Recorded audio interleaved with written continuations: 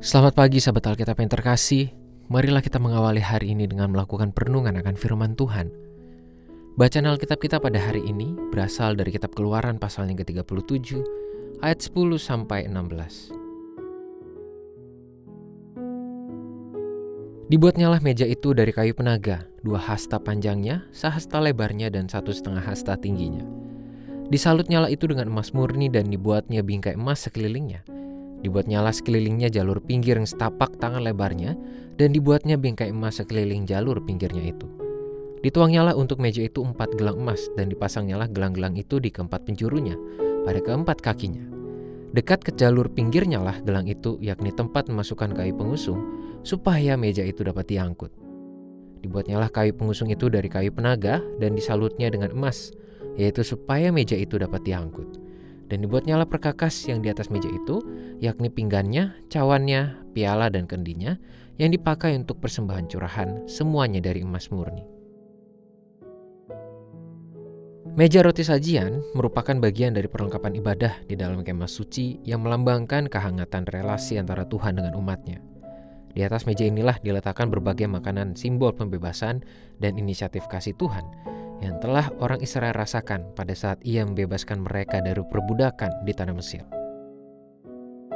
Berdasarkan deskripsi yang tertera pada Imamat 24 ayat 5-9, sudah tergambarkan dengan jelas mengenai fungsi dari roti sajian yang ditaruh di atas meja ini, bahwa meja ini akan selalu digunakan secara khusus pada saat merayakan Sabat.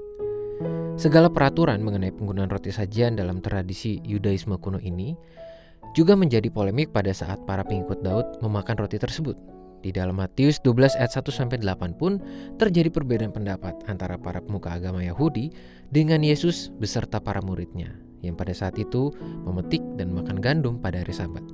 Yesus mengutip tindakan Daud beserta para pengikutnya yang makan roti sajian sebagai penegasan atas dinamisnya proses menjalankan kehidupan beragama. Bagi Yesus, seluruh peraturan itu tidak semestinya menjadi penghambat bagi manusia untuk mengalami hubungan yang semakin intim dengan Tuhan.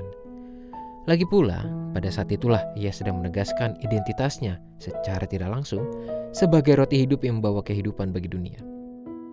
Melalui kehadiran meja roti sajian, Tuhan sedang mendidik kehidupan iman orang Israel untuk mengenal tentang konsep kebergantungan hidup kepadanya.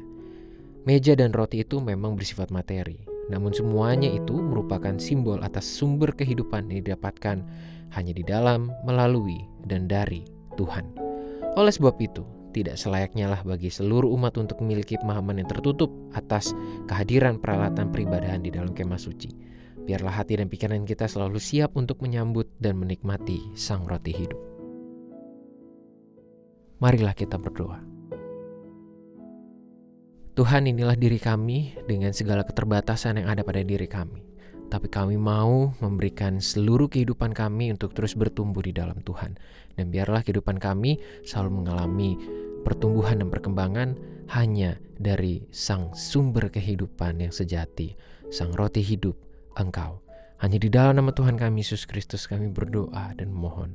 Amin.